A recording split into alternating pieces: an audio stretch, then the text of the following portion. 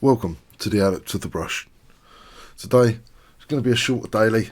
Got a couple of things to do, so I need to make these shorter because I think 2 hours is a little bit long.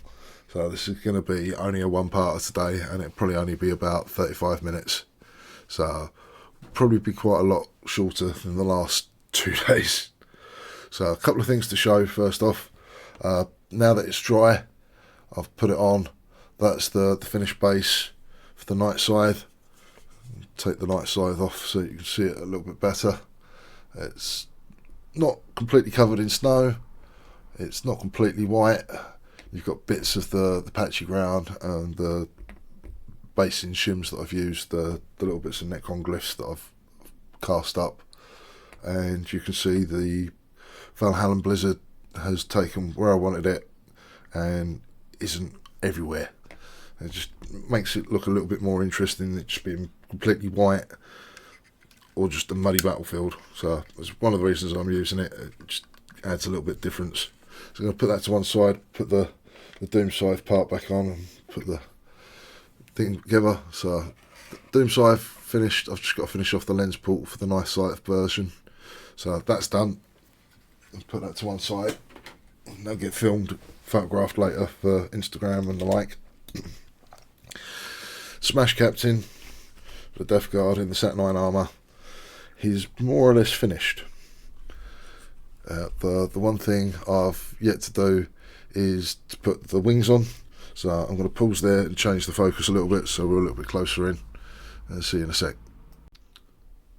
So we're a little bit more zoomed in now. Hopefully you can see a little bit more of the detail that we've got on him. This is literally, I've more or less followed Peter Wargamer's tutorial step for step, making this guy up, changing my own colours and that and painting him, but the model itself has been done following Pete's guide, with one major change, or two should I say. I've just put some abdominal guts from a plague bearer onto him instead of just having a tentacle sticking out from under his ribs. And the other big thing that I've done is on the back I've made 4 holes in the armour because I thought Deathguard, they're really slow, heavy. The Saturnine Terminators in particular are really, really heavy and really, really slow, and Deathguard even slower. And I thought, right, I'm not going to have a gun on him because I can't fit it in with what I'm planning to do. And at the same time, it's a case of he doesn't need a gun.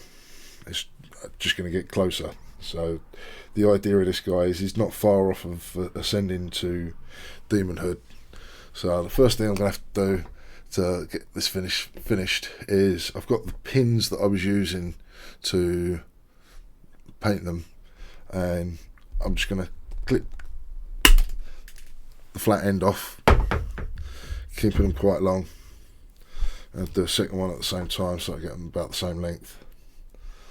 And these are literally mounting pins, get them in sewing shops and the like, used by various different hobbyists for various different things.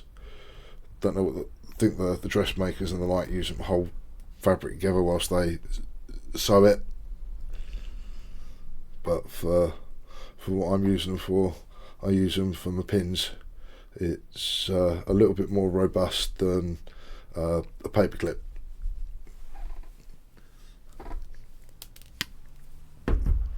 So I've got 2 long ones and I need 2 short ones. So hopefully I've got the other little needle here somewhere, or a little pin. Hopefully I haven't dropped it. I did have 4. What have I done?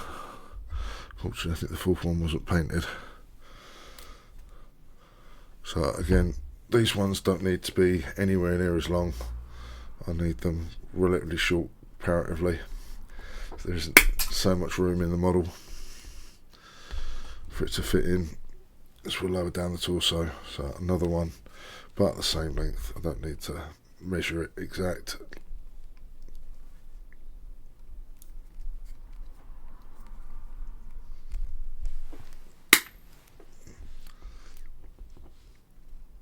How do they compare? They're about the same length. So now what I'm going to do is Put some super glue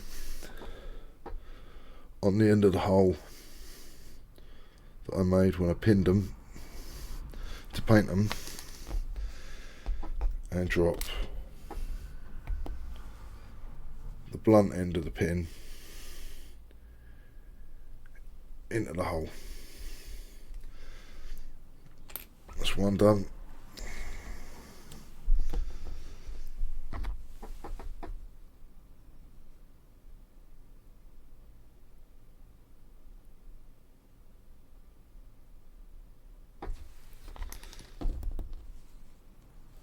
Putting it on the end of the part and pushing the pin in carries the super glue all the way down the length of that pin.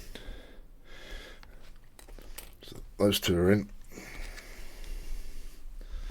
The two larger wings, same thing.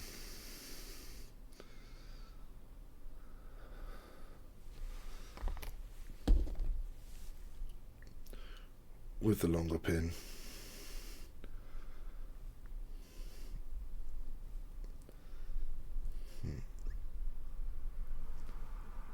That got in right.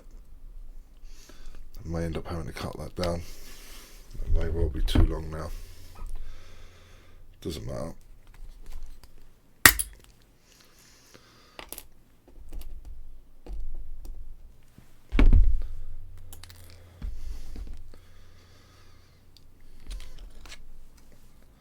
The last wing.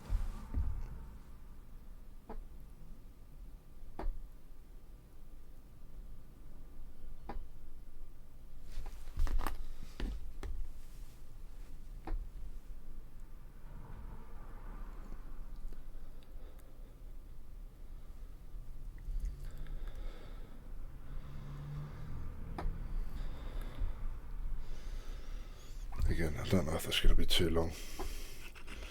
Let's see. Yeah, far too long.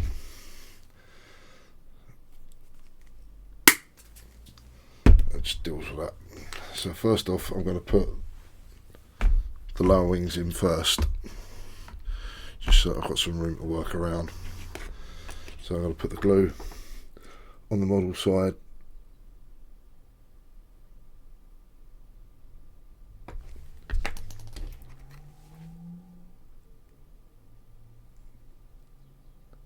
I think I wanted the other one first.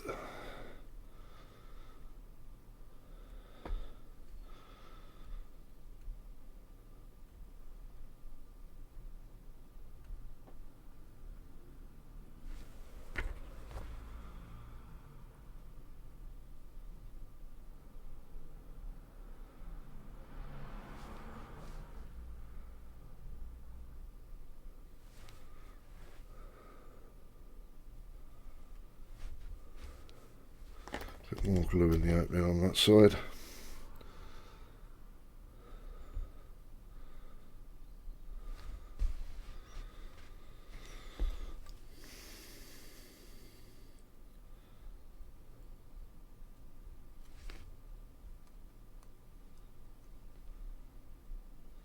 Trying to work out which wing I want as what. Yeah, I think I'm going to want this one this side. This time I'll put a little bit of glue on the end of the shaft of the pin before I dump some into the hole on the model.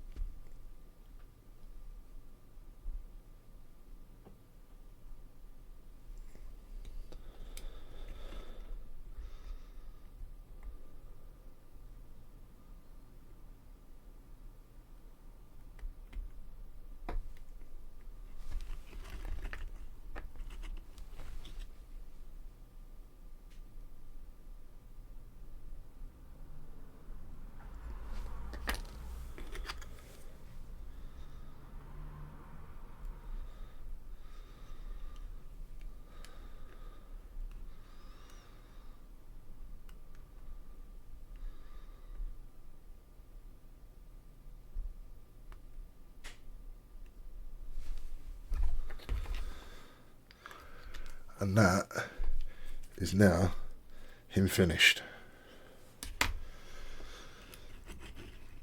That is the reason he doesn't need a gun. I just fly closer to you and slap you with my big axe. So that's my Saturnine bug champion. I'll film him and put him up in a separate video, but that's him done. I'm quite happy with that. It just looks so silly. It's like looking at a bumblebee. You've got this giant fat body with these tiny little wings, and I just think that's just absurd. I think that's mental. So that's the Deathguard champion finished, and I'm going to have fun with that. And then it's a case of, what else do I do? Now, I'm planning on getting Iluminor Szeras done, and I fancy at least starting the bone on the two other Necrons that I've got to do. So I'm probably going to do the next colour on the shoulder pads on both Orokan and the Geomancer. Once I've got down to the Wraith bone, I'm then going to attack Iluminor Szeras as well and get that done, and then that'll probably be the end of the video today. On the next one, I'm going to give you a choice as to which one of these I get finished first. So we've got a choice of Astropath or Archaeologist. So if in the comments you type Astropath, I will paint up the Astropath next. If you type Archaeologist, I'm going to paint up the Archaeologist next. Just something different, give you a little bit of engagement, make you feel like you've got a bit of control over what I'm doing on the channel. So that's what I'm going to do next. So only going to be another 5-10 minutes. Just going to run through very quickly, getting the shoulder pads on these Necrons done in pretty quick time. Let's try to find the brush that I was using the other day. There it is. It's the same process as before. You wet a large makeup brush. I'm going to use some August bone.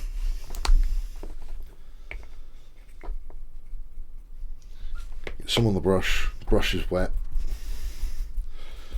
Take most of it off, and I'm going to pull from the middle to the edges. The brush is not dry, and I will have to brace it, otherwise it will bounce.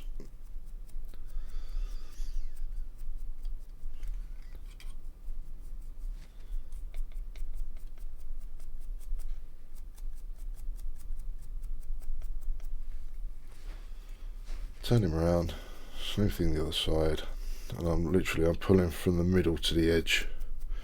This is how I get that gradation. I'm literally painting it in the same way as I paint my terrain. I use big makeup brushes, find it easier, quicker.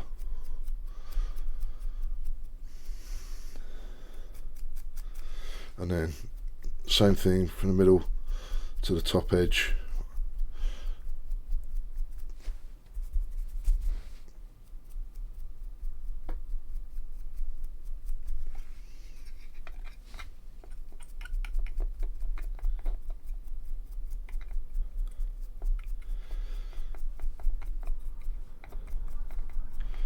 Yeah, the reason for thinking about doing either the Archaeologist or the Astropath is purely because the colour palette on both the Necrons and the Deathguard is very similar in terms of they're both using the same colour palette for the bone colours, and they're both using a very similar colour for the trim on the shoulder pads. So there's a lot of overlap in the colour palette, whereas the Astropath and the Archaeologist are very, very different. So it's just, again, breaking up what I'm doing so that I'm not painting the same thing all the time and not starting to feel like I'm burning out. I must admit, having seen Valrak's leaks about the well, it's not just Valrak, it's Reddit, but Valrak put it up on YouTube.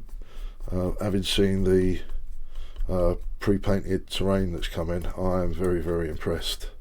I do like painting terrain, don't get me wrong, it is what I do prefer to a certain extent, but being able to have pre-painted terrain is going to cut down the need to have to paint so much of it. And I was especially excited by the cable runs and the pillars of broken cables and the servitor and the screens and stuff. I think one of the things the hobby really does lack for at the moment is tabletop furniture, and I'm hoping that Games Workshop might go down a similar route that they've gone down with Age of Sigmar, where they've done endless spells for each faction in their Age of Sigmar range. I wonder if they might go down a similar route with 40k, doing battlefield furniture for each faction. Not necessarily big terrain pieces, just like smaller bits, like the mecha site assembly or whatever it's called, where you've got a small reactor and various other things, or sort of the data nodes that came with Necromunda and stuff like that. Smaller stuff that isn't quite as large and heavy and industrial. So just moisten the brush off again, take most of that pigment out. We're playing in the same palette, so it don't matter.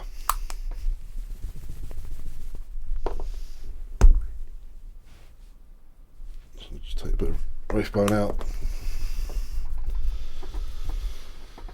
So I'll go back to the Geomancer to start with. Same process, middle to edge. Basically trying to avoid getting all of the colour depth that we've got there gone. It's about to keep some hint of that Zandri dust from underneath. It's one of the things that takes some people a while to acclimatise. It's not always a case of painting more. Sometimes painting less is actually the harder skill. I know many a modeller, including myself, who struggle to say a model is finished. It's always something that we come back and go, just make that look a little better, just make that look a little better, and it's not always necessary. I do wonder, given the conversation the other day about the Golden Demon, I wonder how many of them have actually got 950 hours into a model piece that they're painting. They need to spend another 3 hours on it, and that last 3 hours they either drop it or spill paint on it, and then completely mess it up. I wonder how many of them entrants have actually completely ruined a piece at the last second.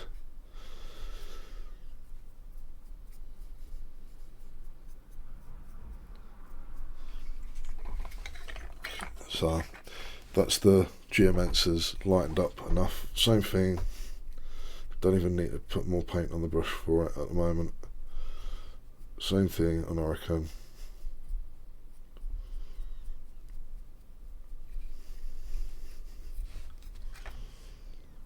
And yes, the Geomancer has been converted by using the shoulder plates off of a spare Orokin. I just wanted something different. I wanted to make the staff look different on that particular one, as I had two of the same kill team. It's a case of I wanted to make one of the Geomancers look a little bit different. So his staff has been converted, and his arm, one of his arms is holding a Tesseract the same as Orokin. As I said the other day, I'm not too worried about pigment getting onto the metallic bits, so I can come back and correct that at a later date. I just want to get this tonality in at the moment, so there's a bit of gradation. So that's those two done. Now I'm going to take the bits of Iluminor Szeras that I haven't come back to in God knows how long. In fact, it's been so long, I'm going to do something that you don't see painters do very often. I'm actually going to dust the model off because this hasn't been in a glass cabinet or anything, and even then it's still acquired dust. And I haven't attacked this model in probably nearly a year and a half, so it's probably going to be useful to actually try and get some of the dust off him first.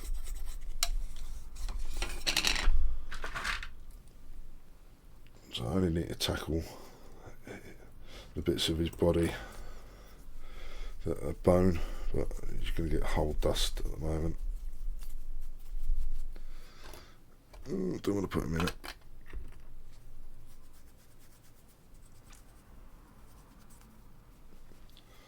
So again, another use, large makeup brushes, really good for dusting models, especially delicate ones.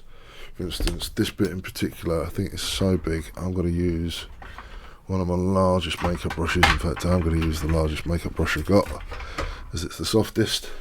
This thing's a jumbo, brilliant for terrain, but it's also very, very gentle on models.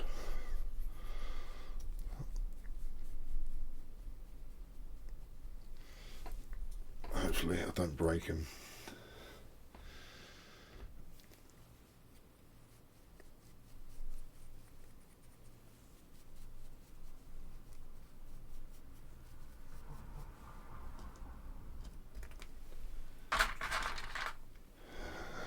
Just dust off the last parts. Yeah.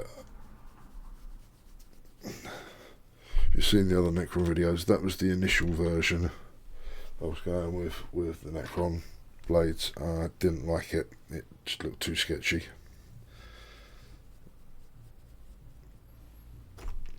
So give him loads of dust off and go back to using this if it's wet enough. No, need some more water in it again. But that's still viable. And all I want to do is just lighten up some of these bits. I previously ink washed. I've decided that what I'm going to do is reverse the typical colour scheme for my Necrons. For this guy, as I quite like the idea of him being almost in charge of the overall army. So I thought something different, make him stand out a little bit. And inverting the colours of the rest of the army would be a way of doing it.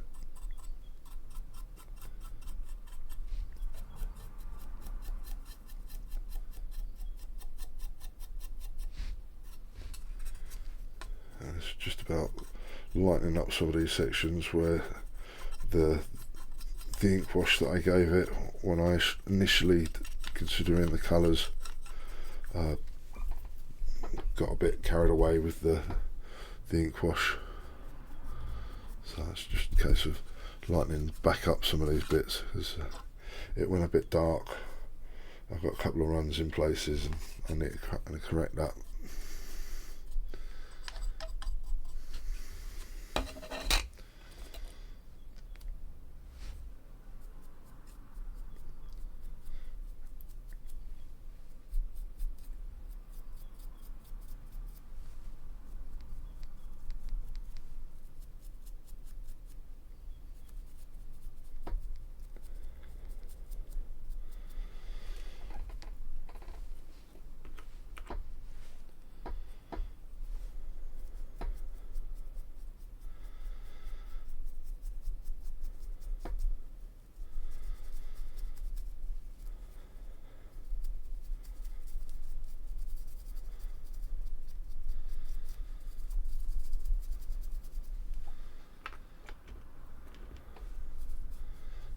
Carefully do the arms, I don't want to try and break anything on this.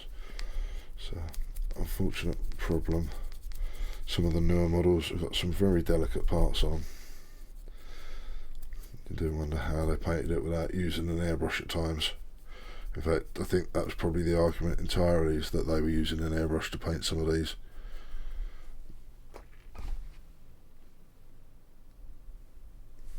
That's what I mean about the ink runs. That's one under there. It's just a little bit too big. I just need to lighten things down a little bit.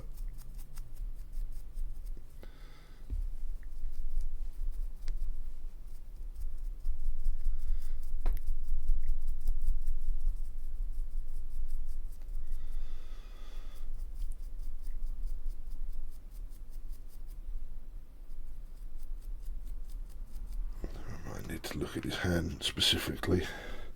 And this one, I'm not even going to try and pick it up. I'm just going to try and attack it on the table. Don't want to damage it any further. I'll literally leave that there. There's one other limb that needs looking at.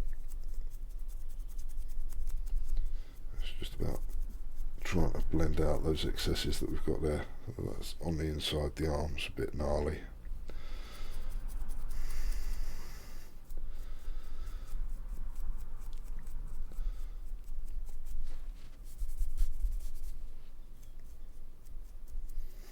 That's going to need some more work on that.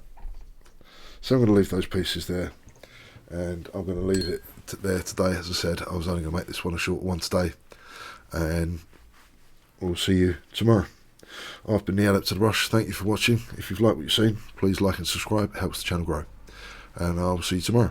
Good night.